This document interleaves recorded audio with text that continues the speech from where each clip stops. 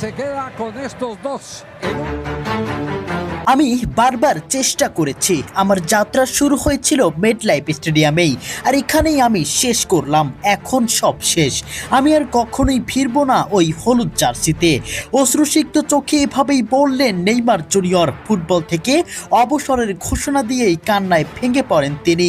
ব্রাজিলের জার্সিতে আর কখনোই দেখা যাবে না নেইমারকে। বিশ্বকাপ থেকে ছিটকে পড়ার পর মাঠেই অঝরে কাঁদলেন নেইমার জুনিয়র। পুরো ব্রাজিল দল কিংবা কোচ কার্লো আনচেলত্তিকে চোখের জল ফেলতে দেখা না গেলেও নেইমারের কান্নার দৃশ্য মুহূর্তেই ছড়িয়ে পড়েছে বিশ্বজুড়ে। 2026 ফিফা বিশ্বকাপের শেষ ষোলোতে নরওয়ের কাছে 2-1 গোলে হেরে টুর্নামেন্ট থেকে বিদায় নিয়েছে 5 বারের বিশ্ব চ্যাম্পিয়ন ব্রাজিল।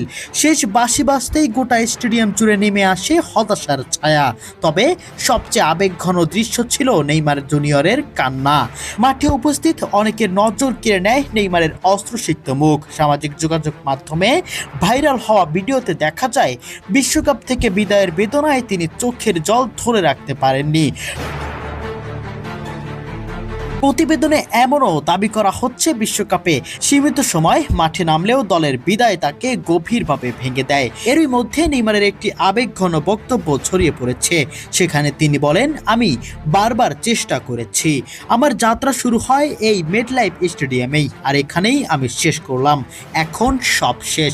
সবাই ভালো থাকবেন। ব্রাজিলের হলুদ জার্সিতে আর কখনোই দেখা যাবে না আমাকে। এই কথাগুলোই নিশ্চিত বিশ্বকাপ এবং ব্রাজিল দল থেকে অবসর নিয়ে ফেললেন নেইমার জুনিয়র। আর কখনোই ওই হলুদ জার্সিতে মাঠে দেখা যাবে না ফুটবলের রাজপুত্র নেইমারকে।